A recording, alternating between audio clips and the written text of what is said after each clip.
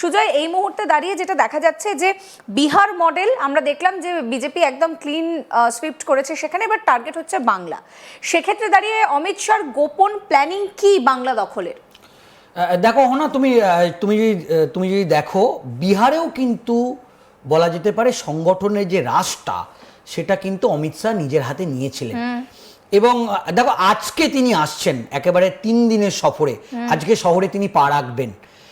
এবং যেটা দেখা গেল খুব উল্লেখযোগ্য, দেখো বিহারের ক্ষেত্রেও তিনি এই মডেলেই কাজ করেছিলেন।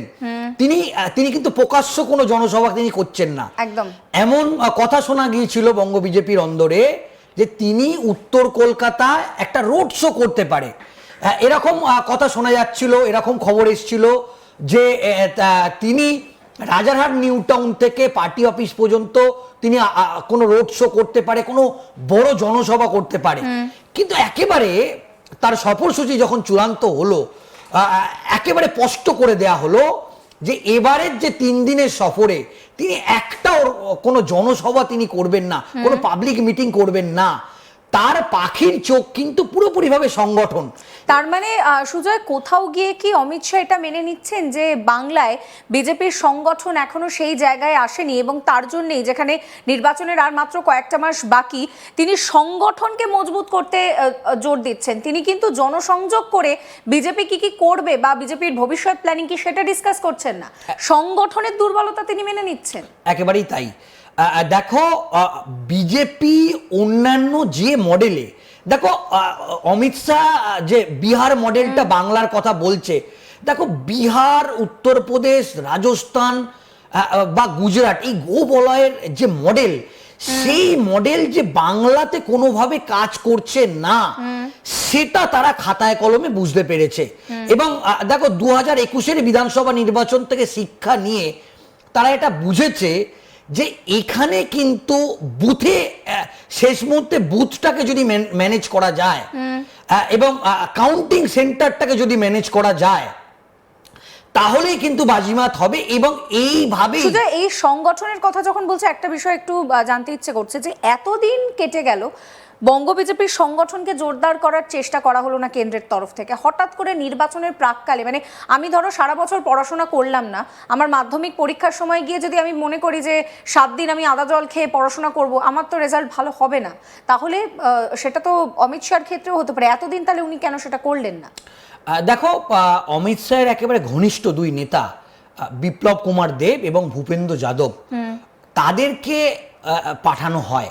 এবং তার আগে অমিত শাহের আরও একজন কাছের লোক সুনীল বানসাল, মঙ্গল পাণ্ডে, তাদেরকেও, মঙ্গল পাণ্ডে তিনি বিহারের স্বাস্থ্যমন্ত্রী, এবারও তিনি জিতেছেন।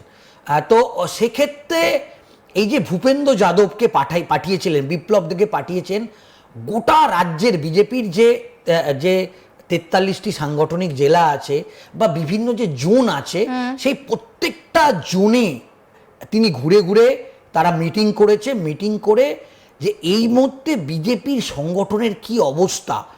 দেখো, বিজেপি 2021-এর বিধানসভা নির্বাচনটা যে মডেলে এখানে করেছিল সেখান থেকে অনেকটা শিক্ষা তারা নিয়েছে। এবং আরএসএস-এর সঙ্গে অমিত শাহ একটা সমন্বয় বৈঠক করবে। এবং আমরা যেটা সূত্র মারফত জানতে পারছি, আরএসএস কিন্তু অমিত শাহকে পুরো বিস্তারিত একটা রিপোর্ট তাদেরকে দেবেন। সমন্বয় বৈঠকে কি হয়, প্রত্যেকটা জোন ধরে ধরে, প্রত্যেকটা বিধানসভা ধরে ধরে, প্রত্যেকটা এরিয়া ধরে ধরে আরএসএস যে রিপোর্ট শাহকে, মানে এখানে তোমাকে বলি, একটা হচ্ছে বিজেপি প্রত্যেকটা শাখা সংগঠন, যুব মোর্চা, মহিলা মোর্চা, BJP MLA, MP, core committee, Suvendu Adhikari, Sukanta Majumdar, Samik Bhattacharya, সবার সঙ্গে যেরকম দফায় দফায় মিটিং করবে, ঠিক আরএসএস এর সঙ্গেও মিটিং করবেন। মানে তিনি আরএসএস এর সঙ্গে, আরএসএস যে ফিডব্যাকটা দেয় তিনি মেলাবেন। আদতে সুজয়, আরএসএস এর যা মস্তিষ্ক প্রসূত জিনিসপত্র সেটাই বাংলায় অমিত শাহ ট্রাই করার চেষ্টা করছেন, মানে ব্যাকহ্যান্ডে পুরো প্ল্যানটা তাহলে আরএসএস করছে। একেবারেই তাই। দেখো, এ রাজ্যের ক্ষেত্রে আরএসএস অত্যন্ত বড় ভূমিকা তারা নেবে। এবং 2021-এ দেখা গিয়েছিল যে প্রার্থী তালিকা থেকে প্রচার আরএসএসকে সেইভাবে পাত্তা দেয়া হয়নি। 2019-এ কিন্তু টোটালটাই সংগঠনের রাশটা। আবার দেখো আরএসএস এর কথা যখন বলছো, আমি যদি একটু পুরনো দিনে ফিরে যাই, দিলীপ ঘোষ তিনি একনিষ্ঠ আরএসএস সদস্য ছিলেন এবং বাংলায় বিজেপির খাতা খোলা এবং দুর্দান্ত ভালো পারফরমেন্স, সেটা কিন্তু দিলীপ ঘোষের হাত ধরেই এসেছিল। তাহলে কি আরএসএস এর মন্ত্রই বাংলায় ফলে? এটা কি কোথাও গিয়ে অমিত শাহ এখন মেনে নিচ্ছেন? না দেখো, এটা বিজেপি যেটা বক্তব্য, এটা একটা ওদের একটা সাংগঠনিক প্রোটোকল আছে।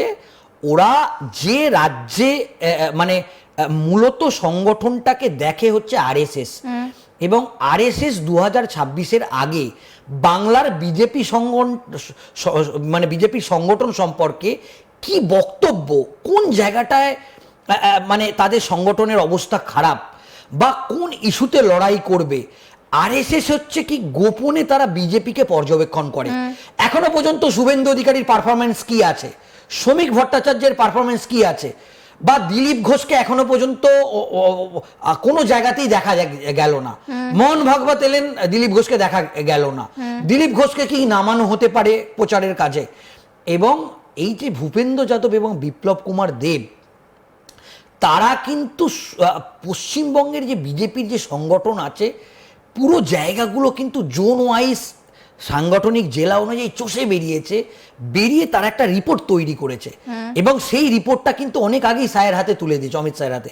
এবং সেটাই এই যে আজকে কোর কমিটির মিটিং হবে, যারা একেবারে মুখ, দেখো 2026-এর নির্বাচন কোন ইস্যুতে পশ্চিমবঙ্গে হবে, এবার কিন্তু একেবারে মেন জায়গায় অমিত শাহ ঢুকতে চাইছেন। এবং আমাদের কাছে একেবারে স্পেসিফিক খবর আছে, পুরো সংগঠনটা তিনি নিজের হাতে রাখবেন, সেখানে প্রার্থী তালিকা থেকে প্রচার, উনি যেটা বলবেন শেষ কথা। এমনকি শোনা যাচ্ছে শুভেন্দু অধিকারীকেও রিপোর্টিং করতে হবে অমিত শাহকে। মানে বাংলা বিজেপির সংগঠনটা, বঙ্গ বিজেপির অনেক দিন থেকেই অমিত শাহ দেখতেন। এবং সেক্ষেত্রে তুমি বলছো যে সমস্ত ডিসিশন নেবেন হচ্ছে কি অমিত শাহ, তাহলে কি কোথাও গিয়ে অমিত শাহ তার বিকল্প বা কেন্দ্রের বিকল্প রাজ্যে তৈরি করতে এখনো পারেননি, তাই জন্য তিনি সমস্ত কিছু নিজের হাতে রাখছেন? তাহলে কোথাও গিয়ে কি এটা বিজেপির একটা ব্যর্থতা নয় যে আর একটা বিকল্প কোনো রাস্তা বা বিকল্প কোনো মুখ তৈরি করতে পারছে না? না, সেটা তো অবশ্যই। দেখো, মুখ্যমন্ত্রী মমতা বন্দ্যোপাধ্যায় যে লেভেলের নেত্রী একজন, এবং তার যে এক্সপিরিয়েন্স, অভিজ্ঞতা, সেটা বিজেপি কেন কোনো বিরোধী রাজনৈতিক দলই মমতা বন্দ্যোপাধ্যায়ের পাল্টা বিকল্প এখনো তৈরি করতে পারেনি। এক্ষেত্রে বিজেপি আমরা দেখছি যে শুভেন্দু অধিকারী একমাত্র মুখ, যিনি মমতা বা অভিষেক বন্দ্যোপাধ্যায়ের পরে যদি কেউ জনপ্রিয় থাকে তার নাম শুভেন্দু অধিকারী, এবং তিনি কিন্তু একটা লড়াই দেওয়ার চেষ্টা করছেন। কিন্তু বিজেপির একটা মানে বিজেপির কেন্দ্রীয় নেতৃত্বের যেটা বক্তব্য বা অমিত শাহের যেটা বক্তব্য, তারা এবার কোনো রকম কোনো রিস্ক নিতে চাইছেন না।